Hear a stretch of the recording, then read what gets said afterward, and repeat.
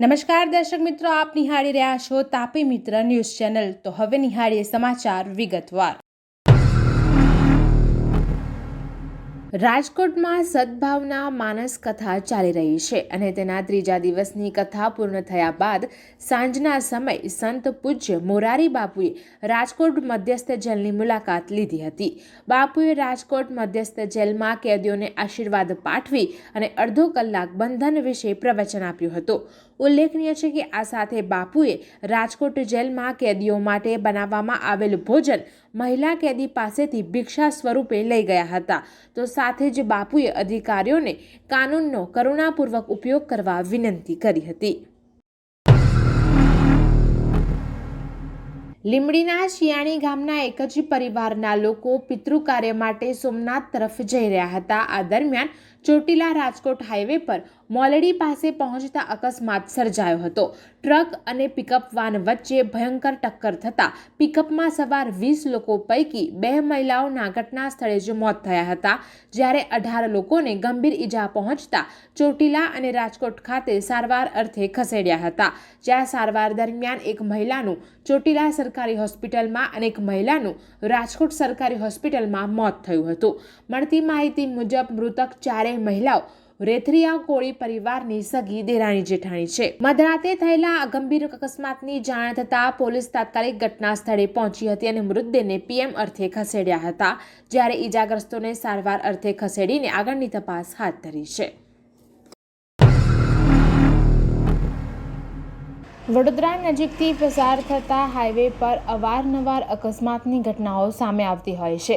2 દિવસ અગાઉ જ એક કાર પર કન્ટેનર પડતા 4 લોકોનો આબાદ બચાવ થયો હતો, ત્યારે ફરી એકવાર વાઘોડિયા બ્રિજ પર ટ્રિપલ અકસ્માત સર્જાયો છે, જેમાં 2 કન્ટેનર અને એક બ્રીઝા કાર એકબીજા સાથે અથડાતા અકસ્માત સર્જાયો હતો।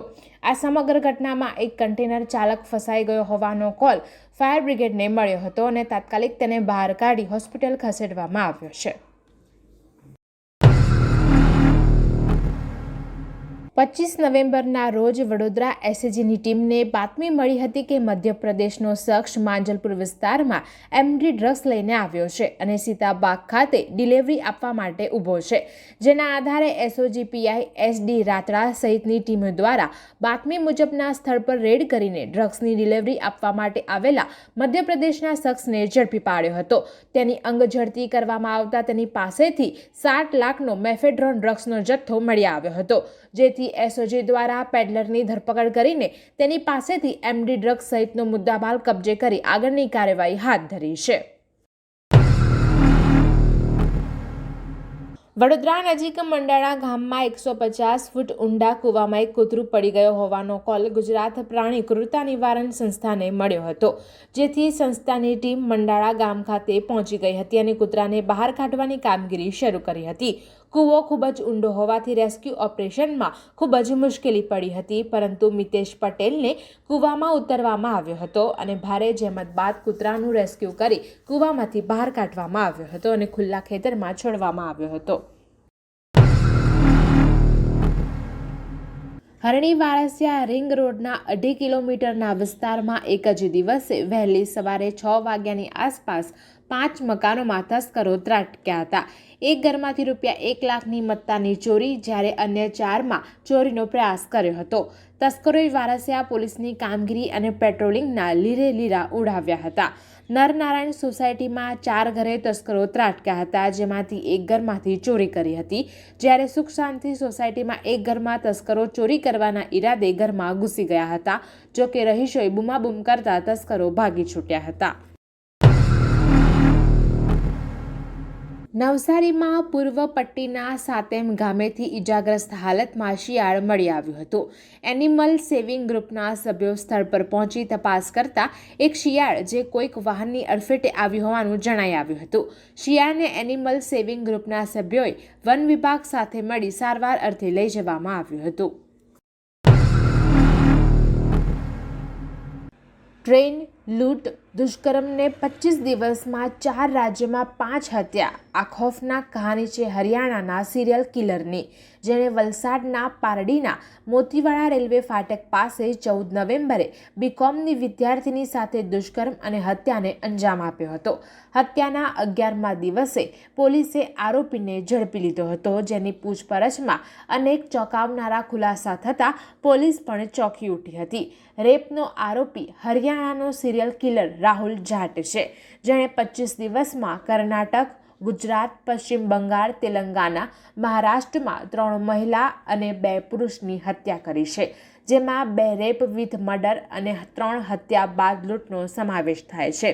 આરોપી પોતે દિવ્યાંગ હોવાથી તેણે મોટાભાગની હત્યા વિકલાંગ ડબ્બામાં કરી છે. હાલ તો પોલીસે આ સિરિયલ કિલરને ઝડપ્યો છે અને આ મોડસ ઓપરેન્ડીથી થયેલા અન્ય ગુનાઓ પર ધ્યાન કેન્દ્રિત કર્યું છે. સુરતના રસ્તા પર ફરી એકવાર આંગણવાડીની બહેનો ઉતરી હતી. આંગણવાડીની બહેનોએ પોતાના વેતન સહિતના પ્રશ્નો મુદ્દે રેલી યોજી હતી, જેમણે શાંતિપ્રિય રીતે નારેબાજી કરીને પોતાનો અવાજ બુલંદ બનાવવાનો પ્રયાસ કર્યો હતો. અઠવા લાઇન સ્થિત કલેક્ટર કચેરી સુધી રેલી યોજાઈ હતી, જેમાં સરકાર દ્વારા લઘુત્તમ વેતન સત્વરે આપવાની મુખ્ય માંગ કરવામાં આવી હતી. બહેનોએ એક જ સરખી સાડી પહેરીને પોતાની એકતા દર્શાવી હતી. સાથે જ કલેક્ટર કચેરીએ પહોંચીને નારેબાજી પણ કરી હતી. બહેનોએ નારાઓ લગાવ્યા હતા કે અમે અમારો હક માંગીએ છીએ, જેમાં સીમાબેને કહ્યું હતું કે ગુજરાત હાઈકોર્ટ દ્વારા 15મીના રોજથી અમારા તરફી ચુકાદો આપવામાં આવ્યો છે, તેમ છતાં સરકાર દ્વારા તેનો કોઈ જ પરિપત્ર કે પાલન કરવામાં આવતું નથી, જેથી અમે અમારી માંગ માટે રસ્તા પર ઉતર્યા છીએ. પરંતુ રાજ્ય સરકાર જો અમારી માંગને ધ્યાનમાં નહીં લે તો આગામી સમયમાં અમે ઉગ્ર આંદોલન કરીશું. સુરતના ખટોદરા વિસ્તારમાં આવેલ પંશીર વિસ્તારમાં વૃદ્ધાની હત્યા અંગેની જાણ થતાં જ સ્થાનિક પોલીસ અને ઉચ્ચ અધિકારીઓ ઘટના સ્થળે પહોંચ્યા હતા. માતાની હત્યા કરનાર પુત્રને પોલીસે ઝડપી પાડ્યો હતો. 85 વર્ષની બંગાળી વૃંદાવન બિસ્વાલ પોતાની પુત્રવધુ અને પુત્ર સાથે રહેતા હતા. પુત્ર અને પુત્રવધુ બંને મજૂરી કામ કરતા હતા. તેઓ મૂળ ઓડિશાના ગંજામ જિલ્લાના રહેવાસી છે. આ અંગે ડીસીપી વિજયસિંહ ગુર્જરે જણાવ્યું હતું કે સાંજે મૃતકના પુત્રએ જ તેમની હત્યા કરી છે. રસોઈના દસ્તાથી માથા પર હુમલો કરી માતાની હત્યા કરવામાં આવી હતી. પુત્રનું નામ ગાંધી વૃંદાવન બિસ્વાલ છે, જેની વય અંદાજે 40થી 50 વર્ષ છે. તે અને તેની પત્ની અહીં મજૂરીનું કામ કરે છે. સાંજે જ્યારે પત્ની બહાર હતી ત્યારે પુત્ર અને માતા વચ્ચે જમવા બાબતે ઝઘડો થયો હતો. પુત્રએ માતાની હત્યા કરી નાખી હતી. મૃતદેહને પોસ્ટમોર્ટમ માટે મોકલવામાં આવ્યો છે. દર્શક મિત્રો, આ હતા અત્યાર સુધીના સમાચાર. આવા જ મહત્વના સમાચાર નિહાળવા જોતા રહો તાપી મિત્ર ન્યૂઝ ચેનલ. અને હા, સબસ્ક્રાઇબ કરવાનું ભૂલશો નહીં.